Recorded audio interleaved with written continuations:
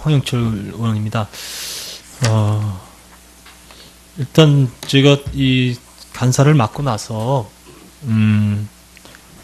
지금 많은 의원님들 말씀하신 대로 지금 논의가 부족했던 것은 아니고 토론이 부족했던 것은 아니고 합의를 모아가는 과정이 없었다라는 부분에 대해서 다 공감하시고 계시다고 생각합니다.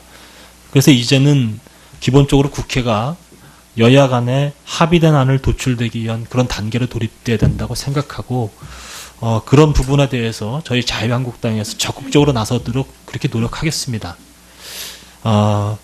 근데 그렇게 노력하려면은 노력해야 되는 분위기가 결국 국회 내에서 만들어져야 되고 결국 그 부분에 대해서 대통령의 역할이 필요하다라는 측면에서 말씀드렸던 겁니다. 국회가 제 역할을 못해서 그 부분에 대해서 대통령께서 약속대로 6.13 지방선거에 국민투표를 실시하기 위한 발의안을 내는 것 그거 생각할 수 있습니다. 전혀 그것이 반헌법적이거나 반법률적이거나 그렇지도 않습니다. 그 부분을 저희들이 문제 제기하는 것은 아니고요. 과연 그러면 지금 이 시점에서 우리가 국회의 합의를 만들어가기 위한 지금 이 시점에서 무엇이 가장 바람직한 방안이냐라는 것에 대해서 우리가 공유를 해야 될 것 아니겠습니까? 그러면 만약에 지금 여당 의원님들께서 여기 대통령의 발의안에 대해서 이 당위성을 말씀하시지만 그럼 그 방안으로 국회가 제출됐을 경우에 국회에서 어떤 논의가 이루어질 것인지에 대해서 눈을 보듯이 뻔한 것 아니겠느냐. 저는 이런 우려가 있는 겁니다. 그러면 결국 대통령의 안으로 발의가 돼서 60일 동안 우리 국회에서 논의돼서 결국 부결 처리될 거라는 것 다 그냥 눈에 보듯 뻔합니다. 왜 그런 안을 내게 만들려고 하는 것이냐. 저는 이거는 옳지 못하다는 것이거든요. 그래서 적어도 대통령이 생각하시고 있는 안이 있다면 여당의 안으로서 만들어내고 그리고 그거에 발맞춰서 우리 야당도 논의를 할 수 있는 안들을 만들어서 거기서 합의안을 도출해 나가기 위한 노력이 국회에서 진지하게 이루어져야 될 시점이다라고 보고 있는 겁니다. 그래서 저는 그런 분위기가 조성됐으면 좋겠다라는 취지로 대통령께 우리 지금 오늘 자문위원회 안이 발표되고 뭐 그대로 또 대통령 발의안이 냈을 경우에 결국은 개헌안을 새로운 헌법을 만들어내는 오히려 그 시간을 더 늦추는 꼴밖에 되지 않는다. 결국은 그렇게 되면 정말 6.13이라는 시점에 맞춰서 할 수 있는 부분도 못 이룰 가능성이 있다. 저는 이렇게 생각합니다. 저는 우리 당내에서 이런 얘기를 합니다. 적어도 여야가 합의가 가능하고 그리고 여타의 정략적 측면이 가미되지 않는다면 얼마든지 빠른 시일 안에 저는 이 처리를 위한 여야 합의가 도출될 수 있다고 생각하고 그것을 우리가 부인해서는 안 된다고 얘기를 합니다. 결국은 그렇게 노력을 해야 되는 것이죠. 그렇기 때문에 지금 이 시점에서 마치 지난 1년 동안 우리가 국회가 제 역할을 못해서 그래서 어쩔 수 없이 하는 것이다 라는 논리로 우리 스스로를 발목 잡거나 우리 스스로를 비통함에 빠지지 않게 했으면 좋겠다. 저는 우리가 얼마든지 잘할 수 있는데 그렇게 그것을 도모하기 위한 노력을 해야 될 것이 아니냐라는 말씀을 드리고 싶습니다. 그리고 어쨌든 우리는 지금 이번 개헌안의 국민적 요구는 잘못된 헌정사의 이 오점을 이젠 더 이상 남기지 말아야 되겠다라는 그런 아주 핵심적인 요인, 제왕적 대통령제를 바꾸기 위한 그런 헌법 개정안이 가장 제일의 목적입니다. 그렇다고 한다면 그 목표에 맞춰서 충분히 저는 여야가 합의안 만들어낼 수 있다고 생각합니다. 그런데 그런 부분들이 무슨 대통령 제인이 아니니 내각제적 요소니 아니니 이런 걸로다가 우리가 기준을 세우거나 그래서도 안 될 것 아니겠습니까? 정말 혁명적으로 바꿀 게 있으면 바꿔야 되고 그것이 더 이상 주술에 걸리듯이 매번 정권마다 대통령을 이렇게 망가뜨리는 현행 헌법을 바꿔야 된다는 것에 공감한다면 저는 얼마든지 논의가 될 수 있다고 생각을 합니다.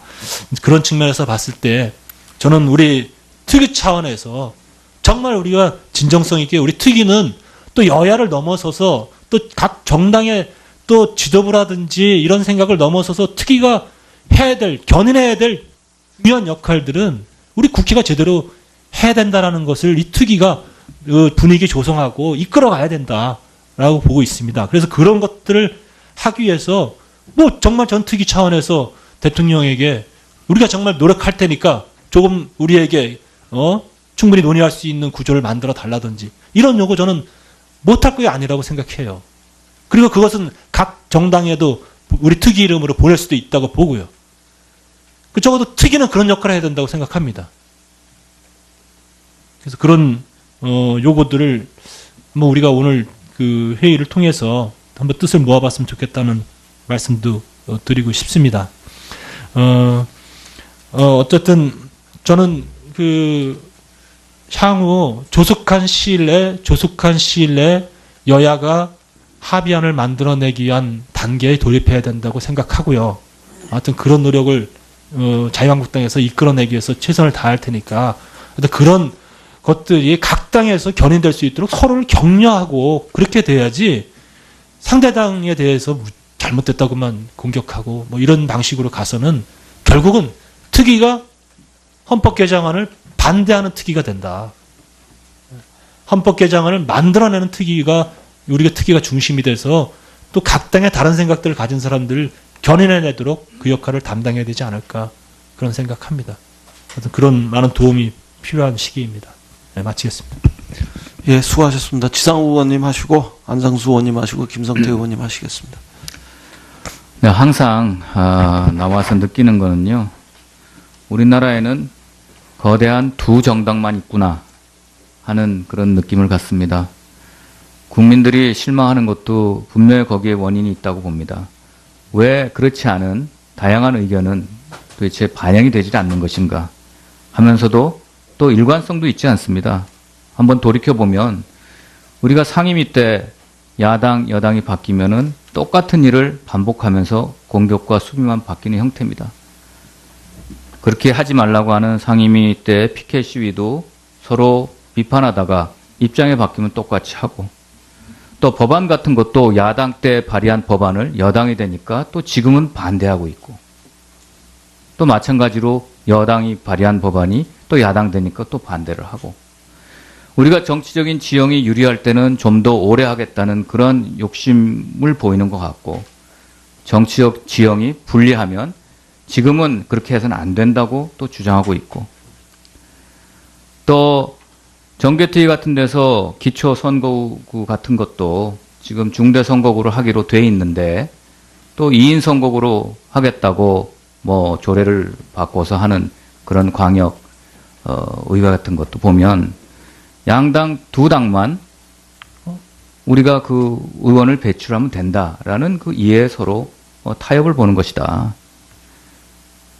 우리가 맨날 얘기하고 있는 여성 의원을 배출하자, 또 청년 의원 발굴하자라고 얘기합니다. 각 당이 다 그렇게 공약을 걸고 합니다.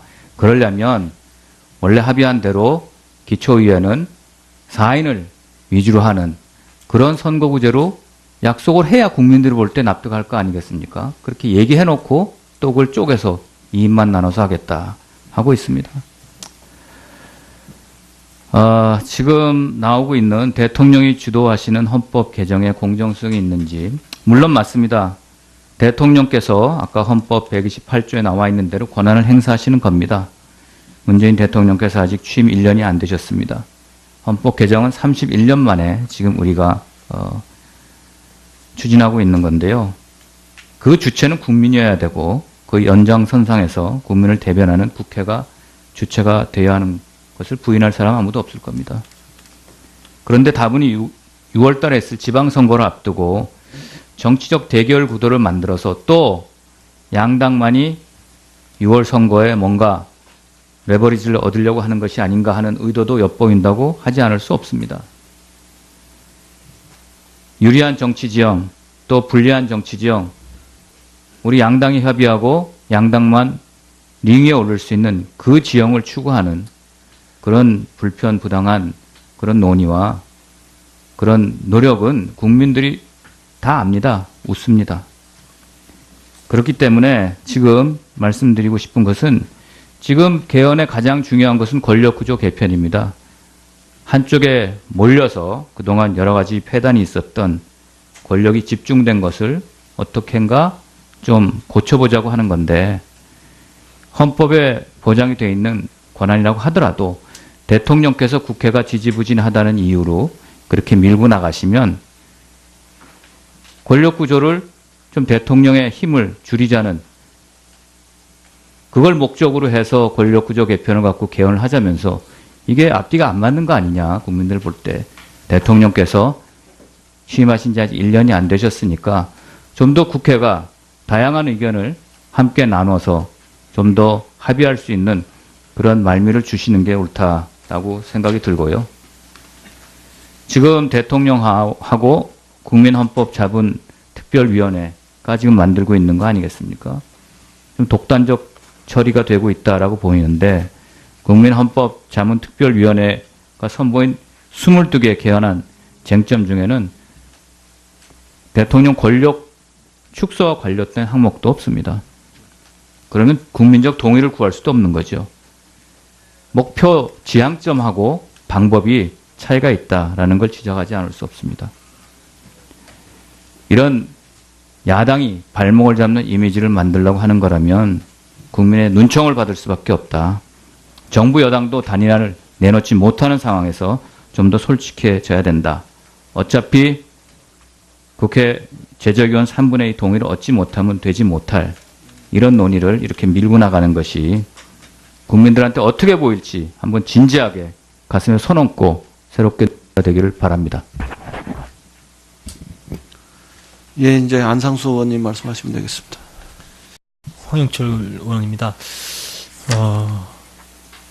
일단 제가 이 간사를 맡고 나서 지금 많은 의원님들 말씀하신 대로 지금 논의가 부족했던 것은 아니고 토론이 부족했던 것은 아니고 합의를 모아가는 과정이 없었다라는 부분에 대해서 다 공감하시고 계시다고 생각합니다. 그래서 이제는 기본적으로 국회가 여야 간에 합의된 안을 도출되기 위한 그런 단계로 돌입돼야 된다고 생각하고, 그런 부분에 대해서 저희 자유한국당에서 적극적으로 나서도록 그렇게 노력하겠습니다. 근데 그렇게 노력하려면은 노력해야 되는 분위기가 결국 국회 내에서 당 의원님들께서 여기 대통령의 발의안에 대해서 이 당위성을 말씀하시지만, 그럼 그 방안으로 국회가 제출됐을 경우에 국회에서 어떤 논의가 이루어질 것인지에 대해서 눈을 보듯이 뻔한 것 아니겠느냐. 저는 이런 우려가 있는 겁니다.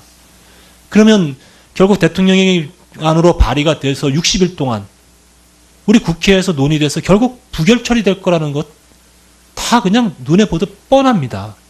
왜 그런 안을 내게 만들려고 하는 것이냐. 저는 이거는 옳지 못하다는 것이거든요.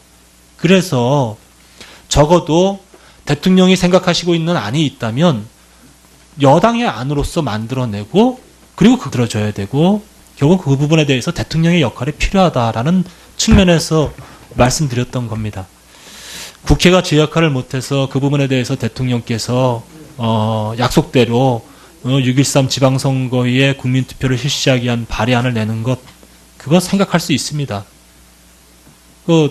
전혀 그것이 반헌법적이거나 반법률적이거나 그렇지도 않습니다. 그 부분을 저희들이 문제 제기하는 것은 아니고요. 과연 그러면 지금 이 시점에서 우리가 국회의 합의를 만들어가기 위한 지금 이 시점에서 무엇이 가장 바람직한 방안이냐라는 것에 대해서 우리가 공유를 해야 될 것 아니겠습니까? 그러면 만약에 지금 저는 이렇게 생각합니다. 저는 우리 당내에서 이런 얘기를 합니다. 적어도 여야가 합의가 가능하고, 그리고 여타의 정략적 측면이 가미되지 않는다면 얼마든지 빠른 시일 안에 저는 이 처리를 위한 여야 합의가 도출될 수 있다고 생각하고, 그것을 우리가 부인해서는 안 된다고 얘기를 합니다. 결국은 그렇게 노력을 해야 되는 것이죠. 그렇기 때문에 지금 이 시점에서 마치 지난 1년 동안 우리가 국회가 제 역할을 못해서 그래서 어쩔 수 없이 하는 것이다 라는 논리로 우리 스스로를 발목 잡거나 우리 스스로를 비통함에 빠지지 않게 했으면 좋겠다. 저는 우리가 얼마든지 잘할 수 있는 거에 발맞춰서 우리 야당도 논의를 할 수 있는 안들을 만들어서 거기서 합의안을 도출해 나가기 위한 노력이 국회에서 진지하게 이루어져야 될 시점이다라고 보고 있는 겁니다. 그래서 저는 그런 분위기가 조성됐으면 좋겠다라는 취지로 대통령께 우리 지금 오늘 자문위원회 안이 발표되고 뭐 그대로 또 대통령 발의안이 냈을 경우에 결국은 개헌안을 새로운 헌법을 만들어내는 오히려 그 시간을 더 늦추는 꼴밖에 되지 않는다. 결국은 그렇게 되면 정말 6.13이란 시점에 맞춰서 할 수 있는 부분도 못 이룰 가능성이 있다.